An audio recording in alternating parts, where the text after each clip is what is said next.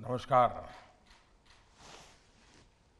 इस बजट में आत्मनिर्भर भारत और मेक इन इंडिया को लेकर जो निर्णय लिए गए हैं वो हमारी इंडस्ट्री और इकोनॉमी दोनों के लिए काफी महत्वपूर्ण है। मेक इन इंडिया अभियान आज 21वीं सदी के भारत की आवश्यकता भी है और ये हमें दुनिया में अपने सामर्थ्य दिखाने का भी अवसर देता है। अगर किसी देश से रॉ मटेरियल बाहर जाए और वो उसी से बने मैन्युफैक्चर गुड को इंपोर्ट करे, ये स्थिति किसी भी देश के लिए घाटे का सौदा होगा। दूसरी तरफ भारत जैसा विशाल देश सिर्फ एक बाजार बनकर रह जाए तो भारत कभी भी न प्रगति कर पाएगा, न हमारी युवा पीढ़ी को अवसर दे पाएगा। यह वैश्विक महामारी के दौर में हम देख रहे हैं कि किस तरह विश्व में सप्लाई चेन तहस नहस हुई है और इन दिनों तो हम विशेष तौर पर देख रहे हैं कि सप्लाई चेन के विषय ने कैसे पूरी दुनिया की इकोनॉमी को भी हिला के रख दिया है। जैसे हम सारे नेगेटिव बातों को हमारे सामने देखते हैं तो जरा दूसरा पहलू देखें। इस के प्रकाश में भी हमें लगेगा कि इतने बड़े संकट जब सामने होते हैं, कभी भी स्थितियां बदलती हैं, तो मेक इन इंडिया की जरूरत पहले से ज्यादा हो गई है। दूसरी तरफ अगर हम देखें, क्या कोई पॉजिटिव बातें हैं जो हमें मेक इन इंडिया के लिए प्रेरित करती हैं? अवसर को हम ढूंढ पाते हैं क्या? आप देखिए, जिस देश के पास इतनी बड़ी मात्रा में युवा पीढ़ी हो, नौजवान हो, जिस देश के लोगों की टैलेंट के विषय में दुनिया में कोई क्वेश्चन मार्क न हो, आवश्यकता के अनुसार स्किल्ड मैन पावर को डेवलप करना, डेमोग्राफिक डिविडेंड और दुनिया आज डेमोक्रेटिक वैल्यूज की तरफ बहुत आग्रह और आशा भरी नजर से देख रही है। यानी अपने आप में ये ऐसा संपुट है, एक ऐसी चीजें हमारे पास हैं जिसको लेकर के हम एक बड़े सपने देख सकते हैं। उसके साथ साथ अथाह प्राकृतिक संपदा के हम धनी हैं। हमें इसका भरपूर इस्तेमाल मेक इन इंडिया के लिए करना ही चाहिए। फ्रेंड्स, आज दुनिया भारत को मैन्युफैक्चरिंग पावर हाउस के रूप में देख रही है। हमारा मैन्युफैक्चरिंग सेक्टर हमारी जीडीपी का 15% है, लेकिन मेक इन इंडिया के सामने इन्फिनिट पॉसिबिलिटीज हैं। हमें भारत में एक रोबस्ट मैन्युफैक्चरिंग बेस बिल्ड करने के लिए पूरी ताकत से काम करना चाहिए। चाहे केंद्र सरकार हो, राज्य सरकार हो, स्थानीय स्वराज की संस्थाओं के नियम हो, प्राइवेट पार्टनरशिप हो, कॉरपोरेट हाउस हो, हम सब देश के लिए मिलकर के कैसे काम करें। देश में आज जिसकी जरूरत है, जिसकी आवश्यकता बढ़ रही है, उसमें हमें मेक इन इंडिया को बढ़ावा देना है। अब दो चीजें हैं, एक एक्सपोर्ट को ध्यान में रख करके सोचना, दूसरा भारत की रिक्वायरमेंट को पूरा करने के लिए सोचना चलिए मान लीजिए हम दुनिया में कॉम्पिटिटिव नहीं बन पा रहे हैं, लेकिन भारत की आवश्यकताओं में हम वैसा क्वालिटी मटेरियल दें ताकि भारत के लोगों को बाहर देखना न पड़े, ये तो हम कर ही सकते हैं। और इसलिए मैं चाहूंगा कि मेक इन इंडिया में हम इस दूसरी बात है, एक बार मैंने लाल किले से कहा था, जीरो डिफेक्ट जीरो इफेक्ट। हमारा प्रोडक्ट रत्ती भर भी डिफेक्ट वाला नहीं होना चाहिए। कॉम्पिटिटिव वर्ल्ड में क्वालिटी मैटर करती है। और दूसरा, आज दुनिया एनवायरनमेंट कॉन्शियस है, तो जीरो इफेक्ट, एनवायरनमेंट पे जीरो इफेक्ट, ये दो ऐसे मंत्र हैं जो हमें दुनिया में क्वालिटी के कारण और ग्लोबल वार्मिंग के सामने चुनौतियों को निपटने के रास्ते के कारण हमें स्वीकार कर सकता है। उसी प्रकार से आज जिस प्रकार से टेक्नोलॉजी बदली है, जिस प्रकार से कम्युनिकेशन वर्ल्ड में जबरदस्त रिवॉल्यूशन आया है, अब जैसे सेमीकंडक्टर, अब सेमीकंडक्टर के क्षेत्र में अब हमारे लिए आत्मनिर्भर बने बिना कोई चारा ही नहीं है। मेक इन इंडिया के लिए मैं मानता हूं एक नया क्षेत्र, नई संभावनाएं लेकर के आया है। हमें ये दूर का देखना चाहिए। साथ साथ हमारी जरूरत भी है, देश की सुरक्षा के लिहाज से सोचें तो इस पर हमारा ध्यान होना और ज्यादा जरूरी है। हम देख रहे हैं कि कैसे ईवी, इलेक्ट्रिक व्हीकल्स के क्षेत्र में लोगों का आकर्षण भी बन रहा है, एनवायरनमेंट के दृष्टि हुए भी बन रहा है और डिमांड भी बढ़ रही है। क्या भारत उसमें इनोवेशन नहीं कर सकता? मेक इन इंडिया मैन्युफैक्चर नहीं कर सकता है? क्या भारत के मैन्युफैक्चरर्स इसमें अपना लीड रोल नहीं कर सकते हैं? मैं समझता हूं कि मेक इन इंडिया की भावना के साथ हमें आगे बढ़ना चाहिए। कुछ विशेष प्रकार की स्टील के लिए भी भारत आयात पर निर्भर है। हमारा आयन और विदेश जाए और हम उन्हीं देशों से एक क्वालिटी स्टील के लिए हम फिर से इंपोर्ट करें। अब ऐसी तो कैसी स्थिति है कि भाई हम उस आयन ओर से उस स्टील को न बनाएं जो हमारे देश की जरूरत है। मैं समझता हूं कि ये हमारा कर्तव्य भी बनता है और मैं उद्योग जगत के लोगों से आग्रह करूंगा कि आइए, ये कच्चा माल आयन और बाहर बेच करके हम क्या देश को देंगे। साथियों, भारतीय मैन्युफैक्चरर्स को ये देखना चाहिए कि देश की निर्भरता बाहर पर कम से कम हो, कम से कम हो। इसलिए इस क्षेत्र में भी मेक इन इंडिया आज समय की मांग है। एक और सेक्टर मेडिकल इक्विपमेंट्स का है। बाहर बहुत सारे जरूरी मेडिकल, हम उसके लिए जो आवश्यक इक्विपमेंट्स होते हैं बाहर से मंगवाते हैं। अब क्या हम मेडिकल इक्विपमेंट नहीं बना सकते? मैं नहीं मानता हूं कि इतना कठिन काम है। हमारे लोगों में उतना सामर्थ्य है, कर सकते हैं। हम उस पर जोर दे सकते हैं क्या? हमें ये समझना ही होगा कि कोई चीज मार्केट में उपलब्ध होना मतलब हम संतुष्ट हो जाए, भाई लोगों की रिक्वायरमेंट पूरी हो रही है, बाजार में चीजें मिल रही है, लेकिन वो बाहर से आई हुई चीजें और मेक इन इंडिया प्रोडक्ट ये उपलब्ध हो और वो जब वो देखें और उसका मन करना चाहिए, भाई बाहर वाले से तो ये हमारा अच्छा है, हमें ये लेना है। ये स्थिति हमें पैदा करनी चाहिए जी, और ये फर्क नजर आना चाहिए। अब देखिए, हमारे यहाँ इतने त्योहार होते हैं, होली है, गणेशोत्सव है, दीपावली है, इतनी सारी चीजें। इन त्योहारों में बहुत ही बड़े स्केल पर उसका एक मार्केट होता है, स्केल बहुत बड़ा होता है और वो छोटे छोटे छोटे लोगों की रोजी रोटी का अवसर देता है। लेकिन आज वहां पर भी विदेशी चीजों ने अपनी जगह बना ली है। अब ये पहले सारी चीजें हमारे लोकल मैन्युफैक्चरर्स इस डिमांड को पूरा करते थे और बहुत अच्छे ढंग से करते थे। अब समय बदलते हुए उसकी चीजों को बदलना चाहिए, पुराने ढर्रे में हम नहीं रह सकते हैं।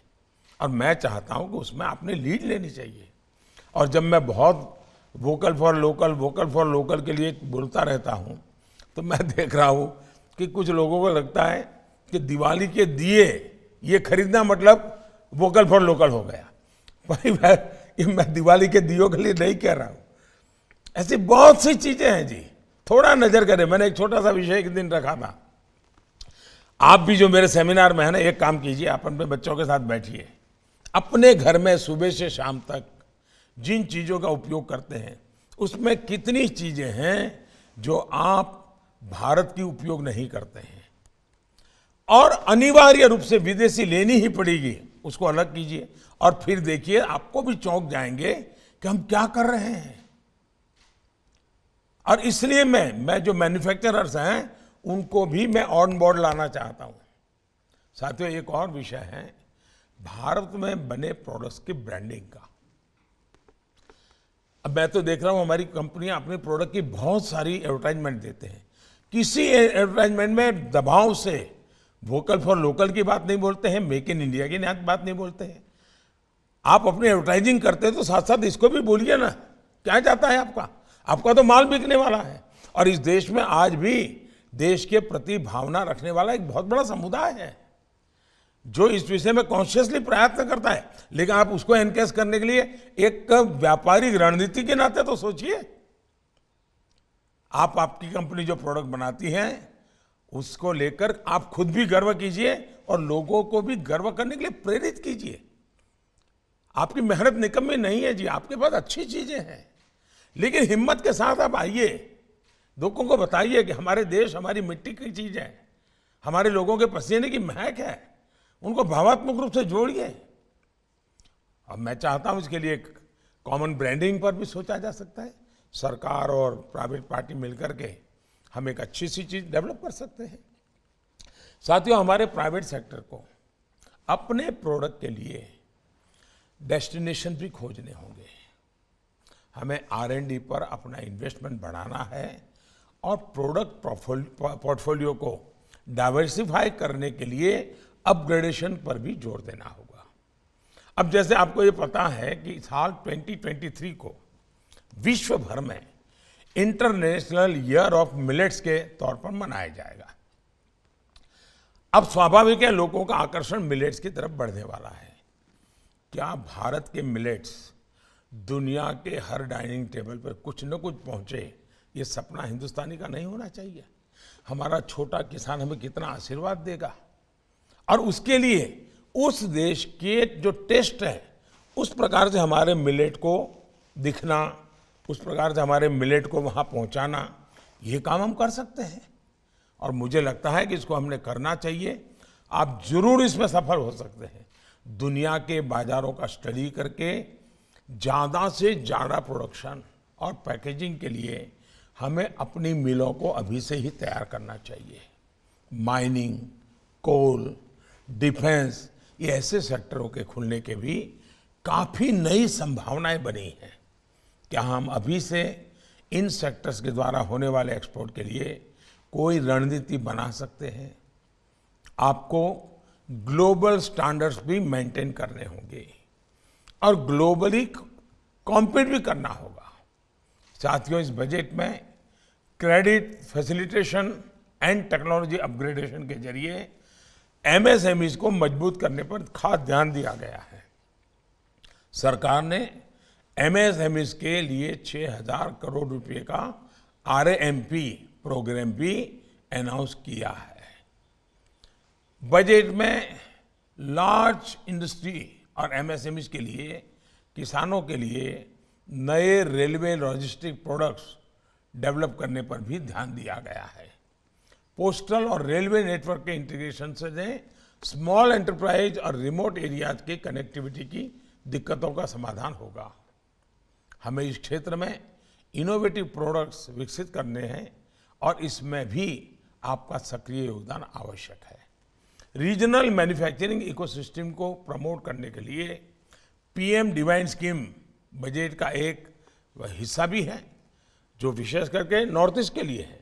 लेकिन इस कल्पना को हम देश के अलग अलग रीजन में अलग अलग तरीके से इसका भी एक मॉडल डेवलप कर सकते हैं। स्पेशल इकोनॉमिक जोन एक्ट में रिफॉर्म से हमारे एक्सपोर्ट को काफी बूस्ट मिलेगा और मेक इन इंडिया की ताकत बढ़ेगी। एक्सपोर्ट को बढ़ाने के लिए हम अपने वर्तमान SEZ की कार्यप्रणाली में किस तरह के परिवर्तन कर सकते हैं, इस बारे में आपके सुझाव अहम होंगे। फ्रेंड्स, इंडस्ट्री को साथ लेकर एक के बाद एक जो लगातार रिफॉर्म्स हुए हैं, उसका प्रभाव भी दिखाई दे रहा है। उदाहरण के तौर पर लार्ज स्केल इलेक्ट्रॉनिक्स मैन्युफैक्चरिंग के लिए PLI के लीजिए, दिसंबर 2021 तक इस टारगेट सेगमेंट में हम 1 लाख करोड़ रुपए के प्रोडक्शन को भी और जा चुके हैं, उसको पार कर चुके हैं। हमारी कई PLI स्कीम्स इस समय इम्प्लीमेंटेशन के बहुत अहम चरण में हैं। आपके सुझाव इम्प्लीमेंटेशन को गति देने में सहायक होंगे। साथियों, भारत की मैन्युफैक्चरिंग जर्नी में कंप्लायंस बर्डन बहुत बड़े स्पीड ब्रेकर रहे हैं। पिछले साल ही हमने 25,000 से ज्यादा कंप्लायंसेस को खत्म किया है। लाइसेंस के ऑटो रिन्यूअल की व्यवस्था शुरू की है। इसी तरह डिजिटाइजेशन से भी आज रेगुलेटरी फ्रेमवर्क में स्पीड और ट्रांसपेरेंसी आ रही है। कंपनी सेटअप करने के लिए कॉमन स्पाइस फॉर्म से लेकर नेशनल सिंगल विंडो सिस्टम तक अब हर स्टेप पर आप हमारी डेवलपमेंट फ्रेंडली अप्रोच को महसूस कर रहे हैं। फ्रेंड्स, हमें आपका ज्यादा से ज्यादा कोलैबोरेशन चाहिए, इनोवेशन चाहिए और रिसर्च बेस्ड फ्यूचरिस्टिक अप्रोच चाहिए। मुझे पूरा भरोसा है कि हम इस वेबिनार में जो मंथन होगा, उससे मेक इन इंडिया के मिशन को और ज्यादा मजबूती मिलेगी। मैं आप सबके सामने एक आग्रह करूंगा। देखिए, ये वेबिनार एक लोकतंत्र का एक वो रूप है जो शायद ही बहुत कम लोग उसकी तरफ ध्यान लोगों का गया है। जनप्रतिनिधि बजट की चर्चा करें और बजट को आगे बढ़ाएं। सरकारी बाबू और पॉलिटिकल लीडरशिप बजट के आधार पर कार्यक्रम बनाए। पहली बार मैं बजट प्रस्तुत करने के बाद 1 अप्रैल के पहले जो 2 महीने का समय मिल रहा है, बजट के हर प्रावधान की चर्चा स्टेक होल्डर से कर रहा हूं। आपसे मैं सुझाव ले रहा हूं, आपकी भागीदारी चाहता हूं और मैं चाहता हूं कि इम्प्लीमेंट करते समय फुल स्टॉप कॉमा इधर उधर हो जाता है तो फाइलें 6-6 महीने घूमती रहती है। मैं उस समय को बचाना चाहता हूं।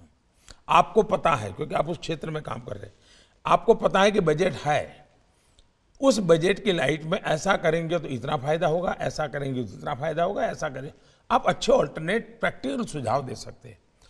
आज हम बजट कैसा हो इसकी चर्चा नहीं कर रहे हैं, आज हम बजट को कैसे लागू करें इसकी चर्चा कर रहे हैं। ज्यादा से ज्यादा सरलता हो, ज्यादा से ज्यादा आउटकम हो, ज्यादा से ज्यादा इफेक्टिव हो, ये लक्ष्य को लेकर हमारी अगर चर्चा केंद्रित रहेगी।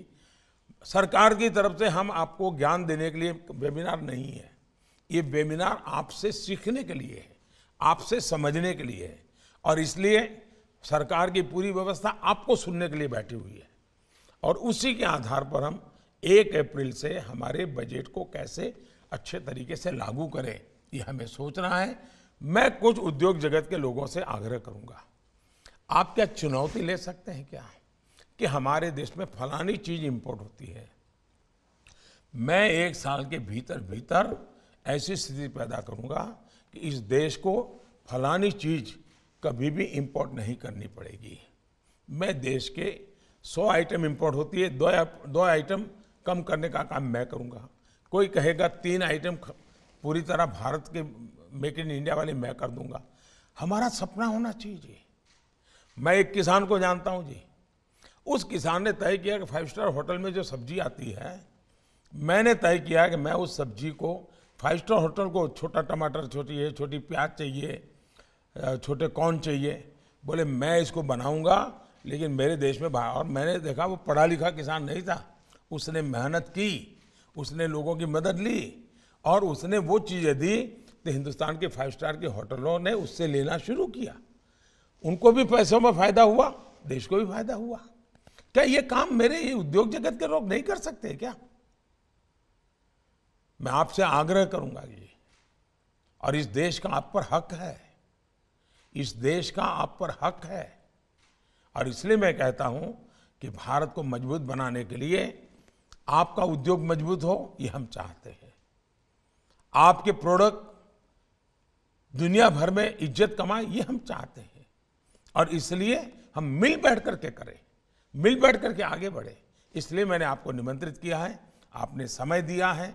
दिन भर ये समय ज़्यादा फ्रूटफुल हो, यही मेरी अपेक्षा रहेगी। मेरा आपको बहुत बहुत शुभकामनाएं, बहुत बहुत धन्यवाद।